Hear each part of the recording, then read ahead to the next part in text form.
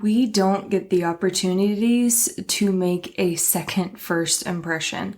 The first impression is all you got. So you want to make sure you're putting your best foot forward. In today's digital world, there is a lot of competing interests on social media for your target market. So we want to make sure we are standing out. If you currently have your brand logo or a picture of your cat as your business profile picture, it's time to go ahead and turn off the heat press. Come sit down and let's go ahead and create your new profile picture that is sure to stop the scroll. You're listening to Turn Down the Hustle, the podcast dedicated to transforming how you run your creative online t-shirt business by working smarter, not harder, so you can spend more time with your why, people, and passions that matter most in your life. So throw on your favorite graphic tee and turn up the heat press, because it's time to turn down the hustle. Here's your host, digital marketer, cold brew lover, t-shirt maker, freckled hype girl, and owner of Sunkissed Virtual Assistant, Amy. In today's episode, we're talking all about that little tiny square or circle known as your business profile picture. It has the potential to say a lot about you and your brand before that viewer even clicks anything else. Your profile picture might actually be what makes them decide if they want to click and learn more. In today's episode, we're going to talk about why your current profile picture maybe isn't performing to the potential that it could be with a different kind of profile picture, but we are going to be doing some hands-on in this episode. But before we get too much further, if you are slightly panicking because you're thinking, I'm not good with graphic design and I can't turn my profile picture into an avatar and all of these different kinds of things, don't worry about that. We are going to keep it simple and effective. All you need is a Canva account, maybe even a Canva Pro account, depending on what kind of elements you add to your headshot. But don't worry, at the end, I will walk you through and we're going to create what's called a floating headshot. Pretty cool, huh? Let's jump to it. First, let's start with why your current profile picture isn't cutting it. You may have heard this before, but people do business with people. Let me give you an illustration. Picture that you're at a vendor event or even a craft show and you are shopping and you come across a booth where you kind of have some questions. You see some cute stuff. You have a few questions, but the assistant or shop owner is nowhere to be found and you can't ask your questions. You like the products, but you couldn't direct your questions anywhere. Whereas across the way, there might not even be products that are as eye-catching, but you see the business owner or employee or whoever it is out front, smiling, engaging, not overly stepping, and you know what I'm talking about. You've been to those craft shows where it's like, just let me shop, not overbearing, but very friendly and welcoming. There's a good chance that human touch or personal connection is what's going to draw you in and eventually make a purchase at that booth. Now let's move that into the online world. There may be some that when they do business, they want to see who they are doing business with. They are looking for that, personal connection or touch. Oftentimes we want to find someone we can relate with, and that's where we maybe gravitate towards. And that's where your profile picture really comes into play. It's not just a random image or your logo, because behind a logo can be a multitude of things. It's almost kind of like that first virtual handshake or high five or an introduction without you actually ever saying anything to them. It's inviting them in before you've even had to say anything. It's that first impression that we talked about. Similar to that craft show I talked about, people want to do business with people. When you change out that logo with your smiling face, you are offering an immediate insight into what your brand represents, what it values, and the atmosphere you want to create for your brand. And that's what starts the cycle of that like, know, and trust factor. It's really hard not to like a bright and shining face, right? It's very inviting. We are wired to respond to faces and connect with expressions, which is why for some of you, this works negatively in your favor because people read the expression on your face and they respond a certain way, and that's maybe not necessarily what you meant to imply. And that smiling face is what really draws people in. It's really creating that human connection. Now, I'm not saying your logo is all bad and you need to redo your logo or anything like that. I'm saying that your profile picture is not the best place to also use your logo. Now, if you're just getting started and trying to get your business off the ground, yes, put the logo up there and get it moving.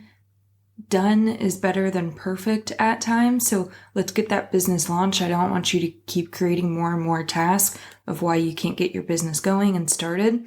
Honestly, if you scroll back on probably any business's profile pictures, at some point you're going to see that business logo as their profile picture. It's just kind of that natural evolution. It's time to give your audience a glimpse of the real you. We spend so much time on different aspects of our business, whether it's websites or pinning content in our Facebook group, changing our cover photo, you name it.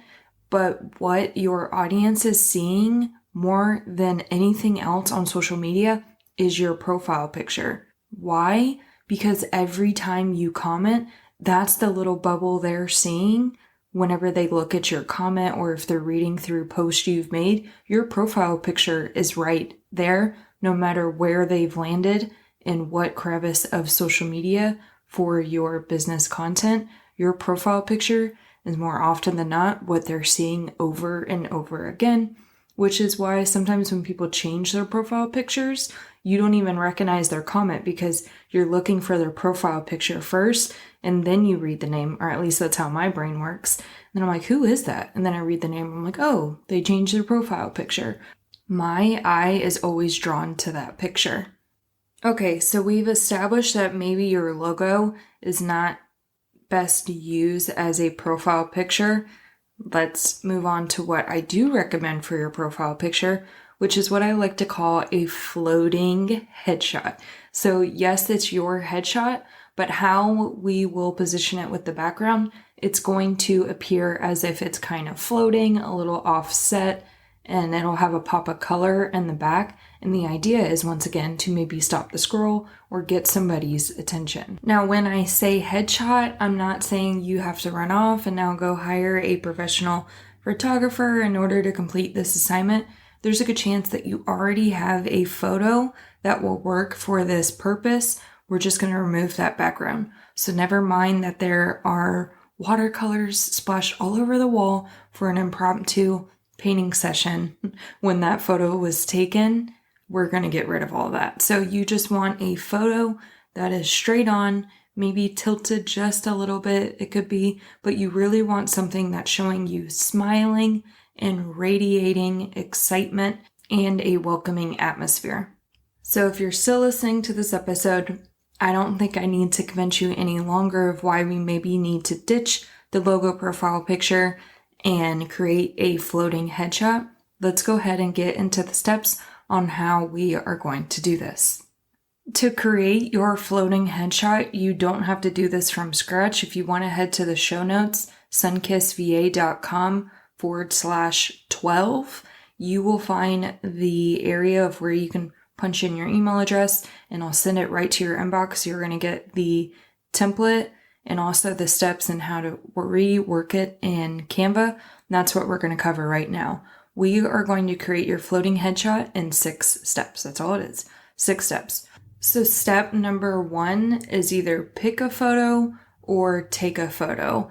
If you are picking out a photo, like I mentioned before, we want something that's more kind of straight on. It could be canted just a bit, but you want to be smiling, or you want to have the facial expression that represents your brand. Depending on what your business background is, you might have a more somber brand that is appropriate for what you're selling. And so maybe a huge bright smile is maybe not appropriate.